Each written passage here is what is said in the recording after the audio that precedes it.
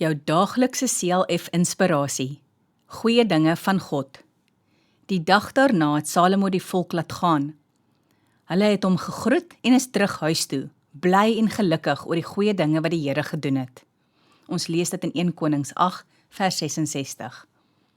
Nadat Salomo sy gebed tot God gerig het, het hy al die mense van Israel geseën. Hy het gevra dat almal God se gebooie moet gehoorsaam en volgens God se wil moet lewe. Hy het ook gesê dat al die volke van die wêreld dan sal weet dat daar net een God is. Daarna het hulle vir 14 dae lank fees gevier. Salomo het ook baie offers vir die Here gebring.